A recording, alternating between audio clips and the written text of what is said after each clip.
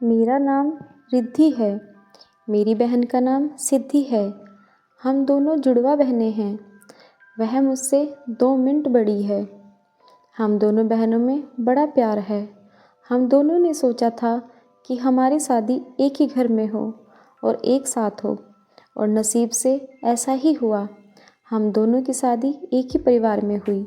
अमित मेरे पति हैं और सुमित मेरी बहन सिद्धि के पति हैं।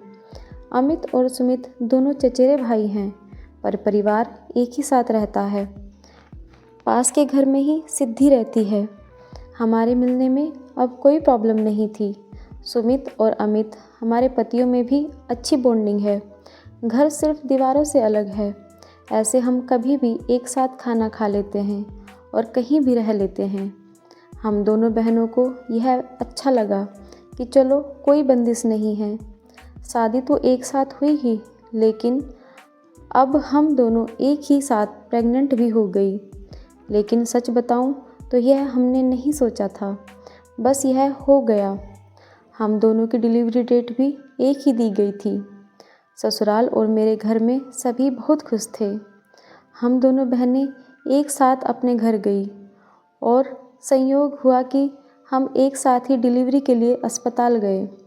मेरी डिलीवरी में कुछ प्रॉब्लम होने की वजह से ऑपरेशन ज़रूरी हो गया। कुछ समय के लिए तो मैं होश में रही, लेकिन बाद में मुझे याद नहीं कि क्या हुआ था। आँख खुली तो पता चला कि मुझे लड़का हुआ है। फिर मैंने पूछा सिद्धि को क्या हुआ, तो पता चला कि उसे लड़की हुई है। उन दोनों का समय भी एक ही साथ था। मैं सोने लगी। हम दोनों कितने भाग्यशाली हैं। हम दोनों बचपन से एक साथ रहे और आज हमारे बच्चे भी साथ ही पैदा हुए। हम दोनों बहनें खुश थी और कुछ समय बाद ही अपने ससुराल वापस आ गई।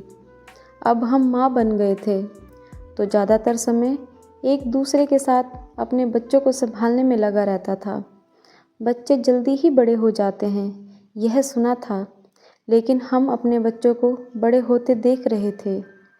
छोटे बच्चे किस पर गए हैं यह पहले समझ नहीं आता है, लेकिन जैसे जैसे वह बड़े होने लगते हैं, थोड़ा समझ आने लगता है कि बच्चे माँ पर गए हैं या पिता पर। लेकिन जैसे जैसे मेरा बेटा बड़ा हो रहा था, वह ना मुझ पर था, ना अपने पिता अमित पर, बल्कि वह तो मेरी बहन के पति सुमित जैसा लगने लगा था। पहले मुझे लगा कि यह मुझे ही लग रहा है, लेकिन ऐसा बाहर वाले भी कहने लगे थे। वह मेरे साथ जब भी कहीं बाहर जाता था तो सब मुझे यही पूछते थे कि यह सुमित का बेटा है। फिर मैं मना कर देती थी कि नहीं, यह मेरा और अमित का बेटा है। सिद्धि की लड़की बिल्कुल सिद्धि की तरह दिखती थी, लेकिन मेरा बेटा ना जाने क्यों सुमित के जैसा लगने लगा था। यह बात मुझे समझ नहीं आई। जब मैंने अपने पति से इस बारे में बात की तो मेरे पति ने इस बात को मजाक में टाल दिया। वह तो सुमित जैसा लगने लगा है। वह गुस्सा हो गए, कहने लगे, पागल हो क्या, कुछ भी मत बोलो। मुझे लगा मैं मजाक में यह बात उनसे कहूँगी तो उन्हें कोई फ़र्क नहीं पड़ेगा, लेकिन वह तो गुस्सा हो गए। मुझे पता ही नहीं था कि उन्हें मेरी इस बात से इतनी बुरी लग जाएगी, लेकिन ऐसा वह पहली बार ही हुए थे।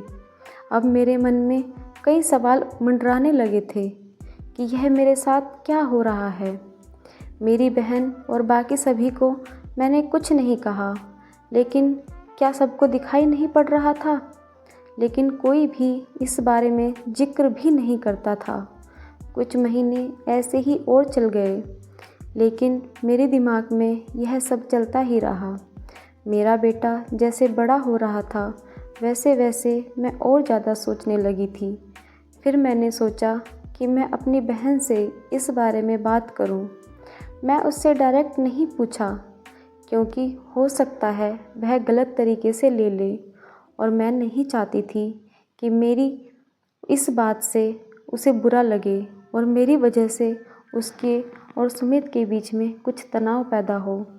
मैं ऐसे ही उससे भी मजाक में ही कहा कि यह तो धीरे धीरे अपने चाचा जैसा लगने लगा, और लगेगा भी क्यों नहीं, एक ही परिवार जो है। वह थोड़ा सा मुस्कुराई। बस अब मैं पकड़ लिया, क्योंकि मैं अपनी बहन को बचपन से जानती हूँ।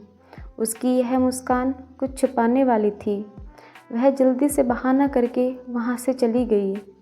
इस घर में ऐसी कोई बात है जो मुझसे छुपाई जा रही है।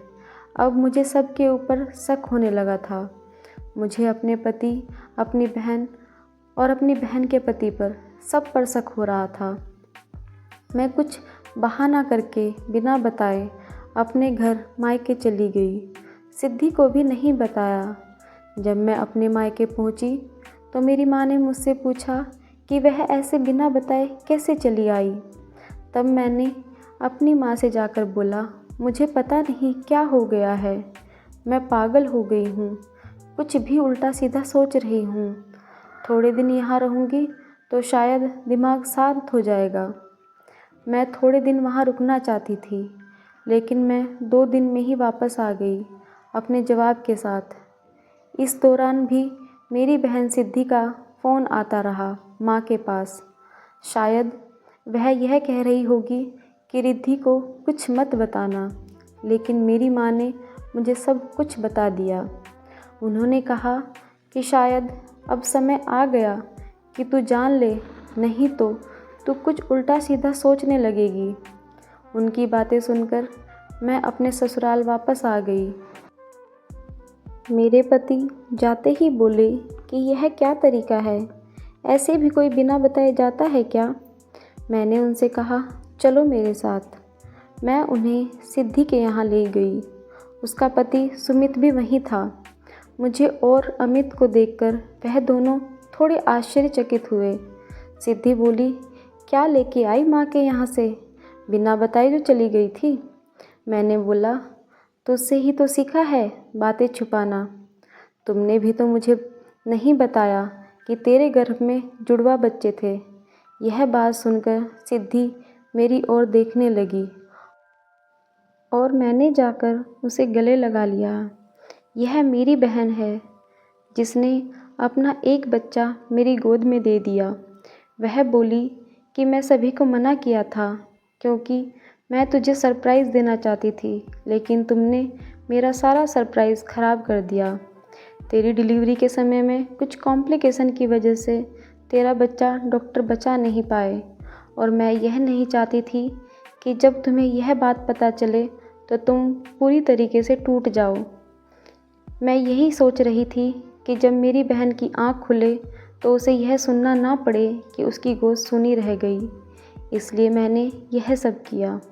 और वैसे भी यह मेरे पास रहे या तेरे पास, क्या फ़र्क पड़ता है? मेरी बहन को मैंने गले लगाकर मैं बहुत रोई। उसकी वजह से ही आज मैं माँ बनने का सुख भोग रही हूँ। उसकी जगह मैं होती तो शायद ऐसा नहीं कर पाती, लेकिन उसका दिल तो बहुत बड़ा निकला, साथ ही उसके पति सुमित का भी। मेरे पति भी मुझे खुश देखना चाहते थे, इसलिए वह भी चुप रहे। ऐसा परिवार और बहन का प्यार मिल जाए तो जीवन में और क्या चाहिए। दोस्तों, यह कहानी आपको पसंद आई हो तो वीडियो को लाइक और शेयर करें और हमारे चैनल को सब्सक्राइब करें। धन्यवाद।